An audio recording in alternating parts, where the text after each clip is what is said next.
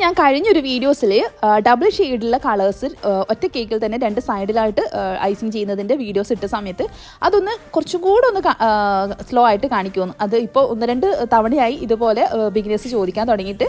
അപ്പം പല കാര്യങ്ങളും നമ്മൾ യൂട്യൂബിൽ ഡീറ്റെയിൽ ആയിട്ട് സ്ലോ ആയിട്ട് കാണിക്കാറുണ്ട്. ഇത് 1 മിനിറ്റിൻ്റെ വീഡിയോ ആയതുകൊണ്ട് തന്നെ ഒരുപാട് ലോങ് ആക്കാൻ വേണ്ടിയിട്ട് പറ്റില്ല കേട്ടോ. അപ്പോൾ ഇതുപോലെയാണ് ആദ്യം സെൻറ്ററിൽ ഒരു ലൈൻസ് കൊടുത്തിട്ട് ഒരു സൈഡ് കറക്റ്റായിട്ട് ഒന്ന് നീറ്റാക്കും. അത്യാവശ്യം നീറ്റാക്കിയതിന് ശേഷമാണ് രണ്ടാമത്തെ സൈഡിൽ നമ്മൾ കളർ കൊടുക്കുന്നത്.